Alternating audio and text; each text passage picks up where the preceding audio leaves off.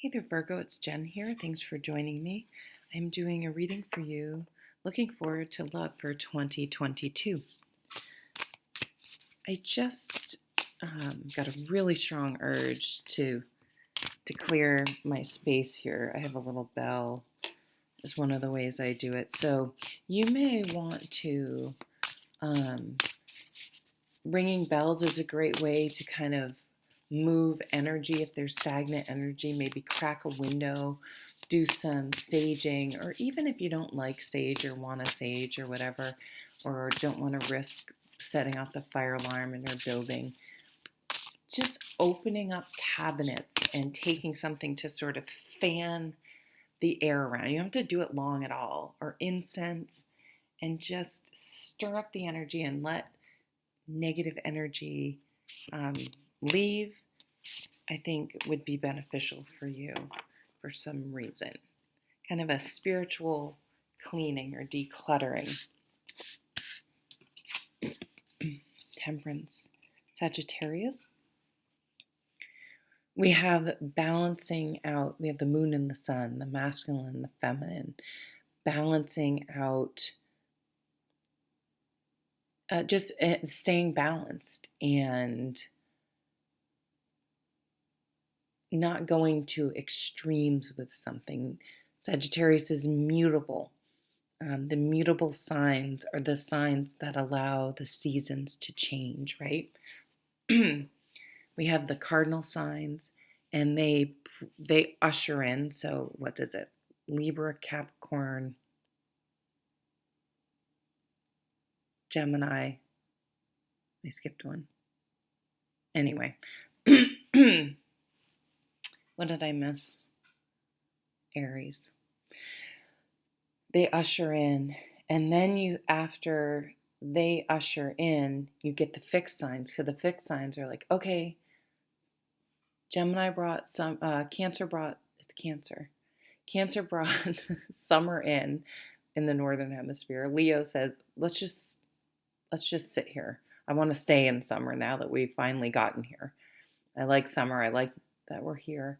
But then Virgo's like, no, it's all right. It's okay. I dig summer, but I'm kind of okay with what fall is going to be bringing us. And then Libra comes in and sort of, pulls Virgo into fall. So these mutable energies, they're just a little bit more go with the flow. They're a little bit like, being balanced doesn't mean being 100% perfectly balanced all the time. But it's like the scales are kind of always, trying to right things. That's kind of interesting. It's a little bit of a caution to me coming out, is that if you're in a relationship where you always are the peacemaker, you always feel in the middle, like you're trying to keep things balanced and calm. I mean, that could be positive, but he came out for Taurus, but that could also be a little bit of codependency. Well, this gorgeous King of Wands could be Leo, could be Aries, could be Sag. More strong fire here. This is action oriented. This is someone could be a leader, an entrepreneur. They could do something where people listen to them or they inspire them, a coach. And, coaching can come in many different ways. We tend to get stuck on like coaching a sports team, but there are all sorts of other ways to be a coach, to motivate people. They could work out a lot. They could, sorry, do things like that. Just an action-oriented person. Four of Swords. So you have this action with this Four of Swords, which is also space, quiet time, meditation, inaction. But even though meditation seems like, I'm sorry, you aren't doing anything. You really are. You're recharging, and that's just as important as moving. So a little bit of maybe that's what needs to be balanced out. You may have you may be in a relationship where you're the person that wants to go go go, and the other person's, or vice versa, the person that wants to maybe stay home more, a homebody.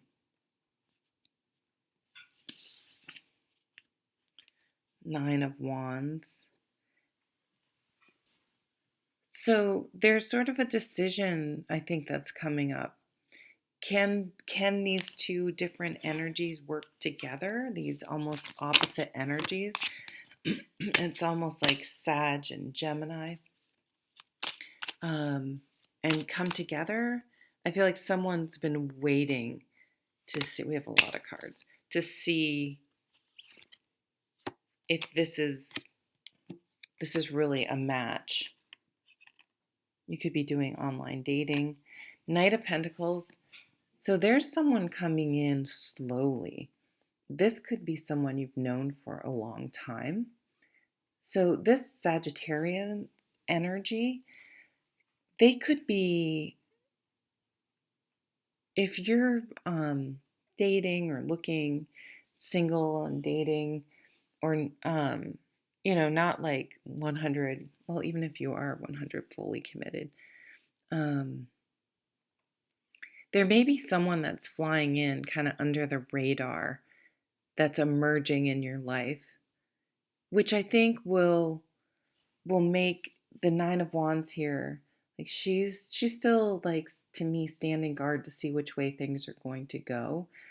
And I think this person coming in will, for some reason, force the situation. Like, they will inform the situation. Temperance again. Wow. Two of Wands. Where are you going to put your energy? This new person? Sometimes someone new comes into our life in some way, and it makes us realize either that if we're in a relationship, the relationship we're in is the one we really want to stay in, or it shows us that maybe it's not going to work out. And we do have the Five of Cups here. The Fool. These jumped out. The Hermit. There's Virgo. And the Three of Wands. Yeah, looking forward to the Three of Wands zooms out, gets a higher perspective. Where have I been? What kind of people have I dated? What do I really want? The Hermit's with that Four of Swords is beautiful. It's just lined up to do that inner thinking, that soul searching, really figuring out what you want. But it's almost like this Fool card. While you're doing this contemplating, which can be of Sag energy, this Fool card's like sneaking up right behind them. Like they're looking out this way, but this Fool's coming. This person, I think, that's going to bring a lot of joy and lightness and doing things. I think they'll get you out of your shell, but I think it will be a good balance.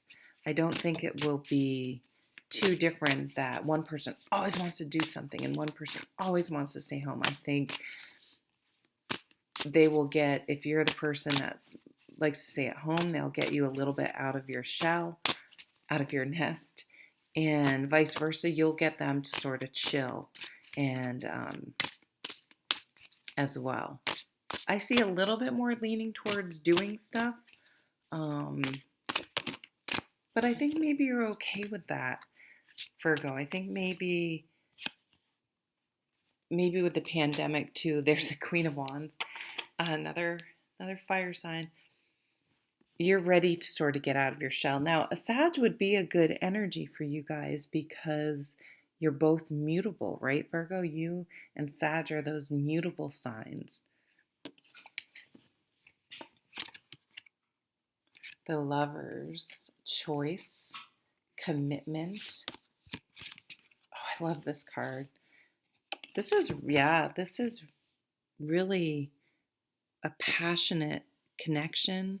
I mean, they're out, it looks to me like they're out in a tavern or something, but they are oblivious to what's even going on around them because they're so intent on each other.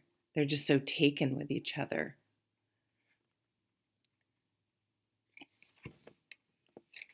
The intensity of that Lovers card. And a king, sorry.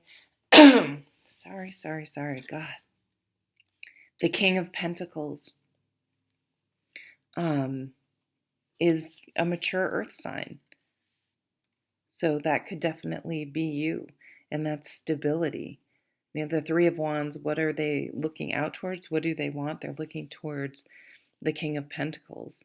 They're looking for, again, this is two people complementing each other, but still have enough of the core, really important things in common that it works. They're not so opposite that they're just consistently going to be butting heads or have competing energies. Again, I think the mutable energy of this relationship, regardless, don't get too hung up on the signs because you never know someone's birth chart. But it's just this nice constant balancing, ebb and flow that really connects you to. Now, going back, I'm getting that Knight of Pentacles now is catching my eye that I forgot about. So this could be someone that you've known for a long time. This could be someone that was friend zoned. This could be a friend of a friend that you've known for a long time. But sometimes these people aren't friend zoned because you or they don't think the other person's attractive or whatever. But it could just be that you were never available at the same time, so you didn't ever really think about it. It was just kind of like, whoa, they're married, they're this, they're that, they're so. For some of you, this could be someone a friend of yours dated. I don't know how I feel about that. I think it's definitely friend code in some ways, depending on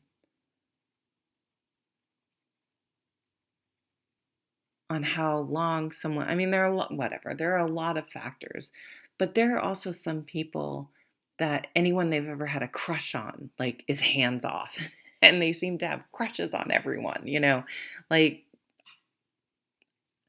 if it wasn't your best friend's, ex-husband, I think that would be pretty freaky and creepy and inappropriate.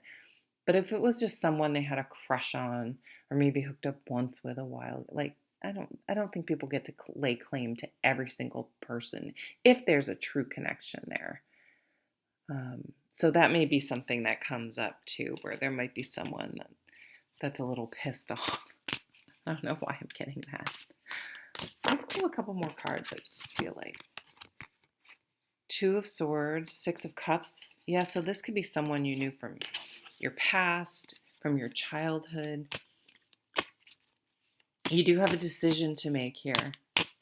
Maybe you have to go and like talk to your friend and just be like, hey, I just want to be really upfront. Five of Swords. I met this person and we kind of hit it off and just, I don't know if you're asking permission, but you're being upfront. Knight of Cups. So, now we have a water sign coming in, someone offering their love. So you definitely are going to have an offer, at if this isn't all the same offer, two different offers, one potentially from an earth sign, one potentially from a water sign.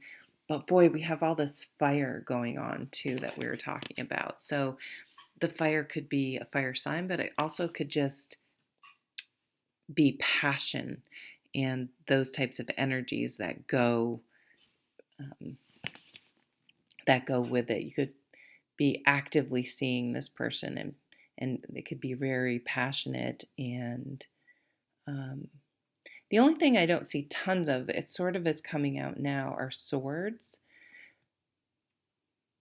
And I feel like for some of you, again, with that Knight of Pentacles, you guys could totally have a crush on each other, but no one's saying anything. And you may even be sort of hurting each other's feelings, or one of you may start seeing someone else because you feel like, well, the other person hasn't said anything, so they must not be interested. I know it's like a romantic comedy, but I think that happens a lot where people are too afraid to say something. But with the Knight of Pentacles and the Knight of Cups, someone's going to say something, I think. Okay, this is really weird, but some of you may end up going somewhere together. If it's a coworker, maybe some sort of trip. I know there isn't a lot of traveling, but something could happen on a trip. Or, yeah, somehow you're not forced together, but find yourself together, maybe not as intentionally as one of you asked each other out on a date, and you're kind of forced to talk or, be together. Something like that.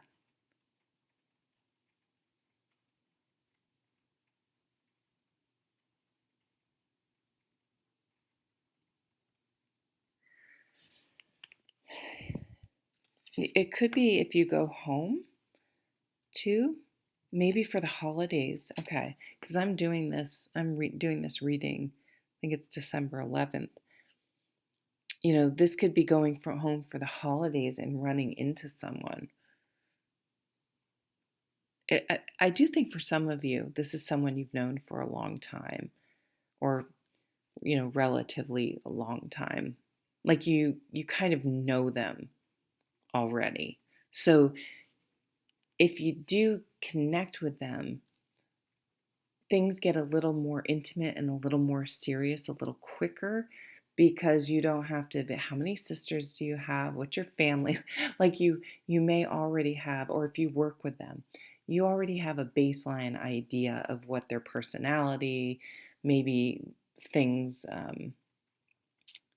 their opinions on things and sense of humor, and you know what I mean. You all have had those discussions. But I'm really drawn to, so we have the Lovers, the Two of Wands, um, that this connection is really going to be intense and refreshing. And again, maybe, do I keep saying again? Sorry. No, it's so annoying. You don't realize it when you're in the middle, or I don't. Passion, lots of passion coming in for you guys. He's so cute. A little bit of a crush on my part. I know that's weird, but I do. A lot of passion. And they're looking straight. There's, straight into the camera, straight at us. Yeah, passion at first sight. But I think the possibility of a solid relationship, and you're looking forward. If you'd been looking in the past, you're no longer looking backwards. You're ready to move forward, and see where this goes with that Fool card. You're ready. The Hermit. Remember, this fool is coming and is going to knock you out of your comfort zone in a really good way. Okay, that's enough babbling. Thank you so much, Virgo. Take care.